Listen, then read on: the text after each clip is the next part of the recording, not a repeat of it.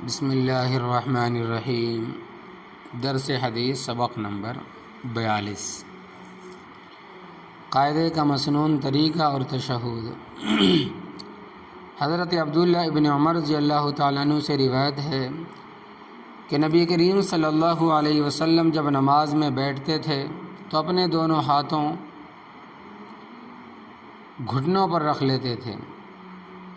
اور داہنے ہاتھ کے انگوٹھے کے برابر والی انگشت شہادت کو اٹھا کر اس سے اشارہ فرماتے تھے، اور اس وقت بایاں ہاتھ آپ کا بائیں گھٹنے پر ہی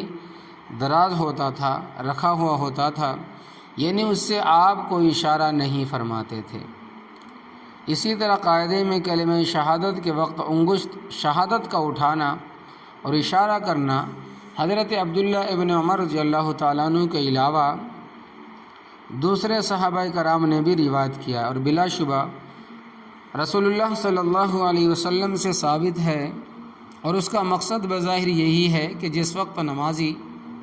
اشہد ان لا الہ الا اللہ کہہ کر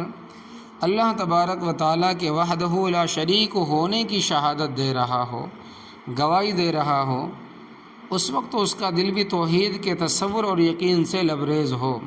یعنی کہ دل بھی بھرا ہوا ہو، اور ہاتھ کی ایک انگلی اٹھا کر جسم سے بھی اس کی شہادت دی جا رہی ہو، گواہی دی جا رہی ہو کہ اللہ تبارک و تعالیٰ ایک ہے۔ بلکہ حضرت عبداللہ ابن عمر رضی اللہ تعالیٰ عنہ کو اسی حدیث کی بعض روایت میں یہ اضافہ بھی ہے کہ انگشت شہادت یعنی کہ شہادت کی انگلی کے اس اشارے کے ساتھ آپ آنکھ سے بھی اشارہ فرماتے تھے، اور حضرت عبداللہ ابن عمر رضی اللہ تعالیٰ عنہ ہی نے اس اشارے کے متعلق رسول اللہ صلی اللہ علیہ وسلم کا یہ ارشاد بھی نقل فرمایا ہے کہ شہادت کی انگلی کا یہ اشارہ شیطان کے لیے لوہے کی دھار دار چھری اور تلوار سے زیادہ تکلیف دہ ہوتا ہے۔ یہ مشکات کی حدیث ہے، اور حضرت عبداللہ ابن عمر رضی اللہ تعالیٰ عنہ کے فرزند عبداللہ سے روایت ہے کہ وہ اپنے والد ماجد حضرت عبداللہ ابن عمر کو رضی اللہ تعالیٰ عنہ کو دیکھتے تھے کہ وہ نماز میں چہار زانو بیٹھتے تھے۔ کہتے ہیں کہ والد ماجد کی پیروی میں بھی اس طرح چہار زانو بیٹھنے لگا، حالانکہ میں اس وقت بالکل نوعمر تھا، یعنی کہ عمر میری نئی تھی، اور تو والد ماجد نے مجھے اس طرح بیٹھنے سے منع فرمایا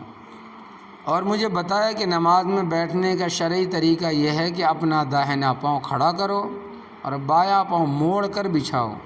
میں نے عرض کیا کہ خود آپ جو چہار زانو بیٹھتے ہیں؟ انہوں نے فرمایا کہ میں مجبوری اور معذوری کی وجہ سے اس طرح بیٹھتا ہوں، میرے پاؤں اب میرا بوجھ نہیں اٹھا سکتے۔ تو یہ بخاری کی روایت ہے، صحیح بخاری کی۔ حضرت عبداللہ ابن عمر رضی اللہ تعالیٰ عنہ کے ایک صاحبزادے کا نام بھی عبداللہ ہی تھا۔ یہ انہی کا واقعہ ہے جو مذکور ہوا۔ حضرت عبداللہ ابن عمر رضی اللہ تعالیٰ عنہ کو اللہ تبارک و تعالیٰ نے طویل عمر عطا فرمائی، 84 سال، اور ایک روایت کے مطابق 86 سال کی عمر میں ان کی وفات ہوئی۔ آخر عمر میں ضعف پیری کی وجہ سے وہ نماز میں سنت کے مطابق، یعنی پیر کی کمزوری کی وجہ سے وہ نماز میں سنت کے مطابق اپنے پاؤں پر نہیں بیٹھ سکتے تھے،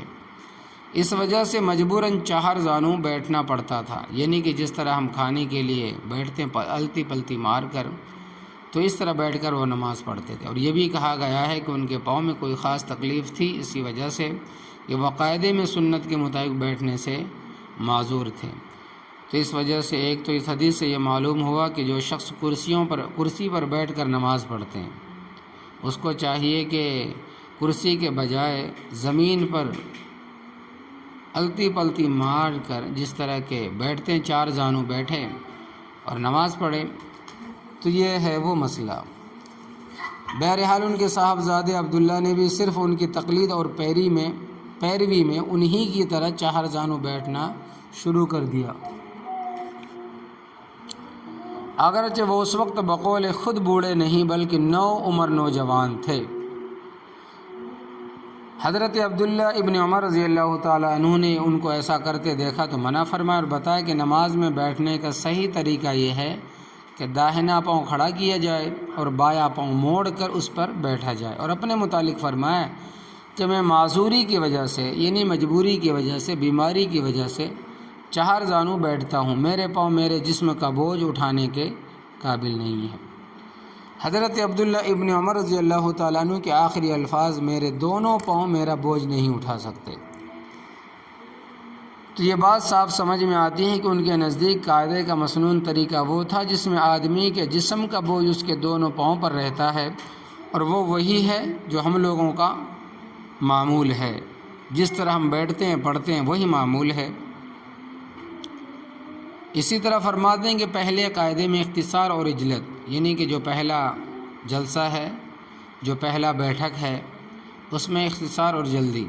حضرت عبداللہ ابن مسعود رضی اللہ تعالیٰ عنہ سے روایت ہے کہ رسول اللہ صلی اللہ علیہ وسلم جب پہلی 2 رکعتوں پر بیٹھتے تھے، یعنی کہ پہلا قاعدہ فرماتے تھے، تو آپ اتنی جلدی کرتے تھے جیسے کہ آپ تپتے پتھروں پر بیٹھے ہیں، یہاں تک کہ تیسری رکعت کے لیے کھڑے ہو جاتے تھے۔ نبی کریم صلی اللہ علیہ وسلم کے اس دوامی طرز عمل سے یہ سمجھا گیا کہ پہلے قاعدے میں صرف تشہد پڑھ کے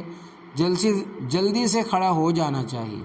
اور یہ جامع ترمذی سنن نسائی میں بھی روایت موجود ہے۔ تشہد حضرت عبداللہ ابن مسعود رضی اللہ تعالیٰ عنہ سے روایت ہے کہ رسول اللہ صلی اللہ علیہ وسلم نے اس حالت میں کہ میرا ہاتھ آپ کے دونوں ہاتھوں کے درمیان تھا مجھے تشہد تعلیم فرمایا، جس طرح کہ آپ قرآن مجید کی صورت تعلیم فرماتے تھے، آپ نے مجھے تلقین فرمایا کہ التحیات للہ والصلوات والطیبات، یعنی کہ پوری تشہد۔ اس کا ترجمہ یہ ہے کہ ادب اور تعظیم اور اظہار نیاز کے سارے کلمے اللہ تبارک و تعالیٰ ہی کے لیے ہے، اور تمام عبادات، تمام صدقات اللہ تبارک و تعالیٰ ہی کے واسطے، اور میں ان سب کا نذرانہ اللہ تبارک و تعالیٰ کے حضور میں پیش کرتا ہوں۔ تم پر سلام ہو اے نبی، اور اللہ کی رحمت اور اس کی برکتیں سلام ہو ہم پر اور اللہ تبارک و تعالیٰ سب نیک بندوں پر۔ میں شہادت دیتا ہوں، گواہی دیتا ہوں کہ اللہ تبارک و تعالیٰ کے سوا کوئی عبادت اور بندگی کے لائق نہیں ہے، صرف وہی معبود برحق ہے، اور میں اس کی بھی شہادت دیتا ہوں، گواہی دیتا ہوں کہ نبی کریم صلی اللہ علیہ وسلم اس کے بندے اور پیغمبر ہیں۔ صحیح بخاری مسلم کی روایت۔ رسول اللہ صلی اللہ علیہ وسلم صحابہ کرام رضی اللہ تعالی عنہ جو کچھ سکھاتے اور بتاتے تھے، نبی کریم صلی اللہ علیہ وسلم صحابہ کرام رضی اللہ تعالی عنہم اجمعین کو جو کچھ سکھاتے اور بتاتے تھے، ان میں سب سے زیادہ اہتمام آپ قرآن مجید کی تعلیم کا فرماتے تھے، لیکن تشہد التحیات کی تعلیم و تلقین آپ نے اسی خاص الخاص اہتمام سے فرمائی جس اہتمام سے آپ قرآن مجید کی کسی صورت کی تعلیم دیتے تھے۔ حضرت عبداللہ ابن مسعود رضی اللہ تعالیٰ عنہ کا ہاتھ اس وقت اپنے دونوں ہاتھوں کے درمیان پکڑنا بھی اسی سلسلے کی چیز تھی، اور تحاوی کی ایک اور روایت میں ہے کہ آپ نے ابن مسعود رضی اللہ تعالیٰ عنہ کو یہ تشہد ایک ایک کلمہ کر کے تلقین فرمائی، جس طرح کے بچوں یا ان پڑھوں کو کوئی اہم چیز یاد کرائی جاتی ہے۔ اور مسند احمد کی ایک روایت میں یہ بھی ہے کہ آپ صلی اللہ علیہ وسلم نے حضرت عبداللہ ابن مسعود رضی اللہ تعالیٰ عنہ کو یہ تشہد تعلیم فرمایا اور ان کو حکم دیا کہ دوسروں کو اس کی تعلیم دیں۔ تشہد حضرت عبداللہ ابن مسعود رضی اللہ تعالیٰ عنہ کے علاوہ حضرت عمر رضی اللہ تعالیٰ عنہ، حضرت عبداللہ ابن عباس رضی اللہ تعالیٰ عنہ، حضرت عائشہ صدیقہ رضی اللہ تعالیٰ عنہا اور بعض اور صحابہ کرام رضی اللہ تعالیٰ عنہم سے بھی مروی ہے، اور ان روایت میں ایک دو لفظوں کا بہت معمولی سا فرق بھی ہے، لیکن محدثین کا اس پر اتفاق ہے کہ سند اور روایت کے لحاظ سے حضرت عبداللہ ابن مسعود رضی اللہ تعالیٰ عنہ کی اس تشہد کو ترجیح ہے، اگرچہ دوسری روایات بھی صحیح ہے اور ان میں وارد شدہ تشہد بھی پڑھا جا سکتا ہے۔ بعض شارحین حدیث سے ذکر کیا ہے کہ یہ تشہد شب معراج کا مکالمہ ہے۔ نبی کریم صلی اللہ علیہ وسلم کو جب بارگاہ قدوسیت میں شرف حاضری نصیب ہوا تو آپ نے نذرانہ عبودیت اس طرح پیش کیا اور گویا اس طرح سلامی دی: التحیات للہ والصلوات والطیبات۔ اللہ تبارک و تعالیٰ کی طرف سے ارشاد ہوا کہ السلام علیک ایھا النبی ورحمۃ اللہ وبرکاتہ، تو آپ صلی اللہ علیہ وسلم نے جواباً عرض کیا السلام علینا وعلی عباد اللہ الصالحین۔ اس کے بعد عہد و ایمان کی تجدید کے طور پر مزید عرض کیا کہ اشہد ان لا الہ الا اللہ واشہد ان محمدًا عبدہ ورسولہ۔ تو ان شارحین نے لکھا ہے کہ نماز میں اس مکالمہ کو شب معراج کی یادگار کے طور پر جوں کا توں لے لیا گیا ہے، اور اسی وجہ سے السلام علیک ایھا النبی میں خطاب کی ضمیر کو برقرار رکھا گیا ہے۔ یہاں یہ بات بھی قابل ذکر ہے کہ صحیح بخاری وغیرہ میں خود حضرت عبداللہ ابن مسعود رضی اللہ تعالیٰ عنہ سے مروی ہے کہ تشہد میں السلام علیک ایھا النبی ہم نبی کریم صلی اللہ علیہ وسلم کی حیات طیبہ میں اس وقت کہا کرتے تھے جب آپ ہمارے ساتھ اور ہمارے درمیان ہوتے تھے، پھر جب آپ صلی اللہ علیہ وسلم کا وصال ہو گیا تو ہم بجائے اس کے السلام علی النبی کہنے لگے۔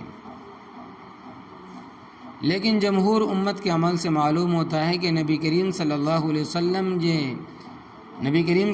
وسلم نے جو تلفظ تلقین فرمایا تھا یا معراج کے مکالمے والی مشہور عام روایت کی بنیاد پر اللہ تبارک و تعالیٰ کی طرف سے جو لفظ ارشاد ہوا تھا، یعنی السلام علیک ایھا النبی،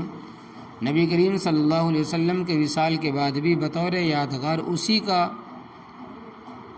جو کتوں برقرار رکھا گیا، اور بلا شبہ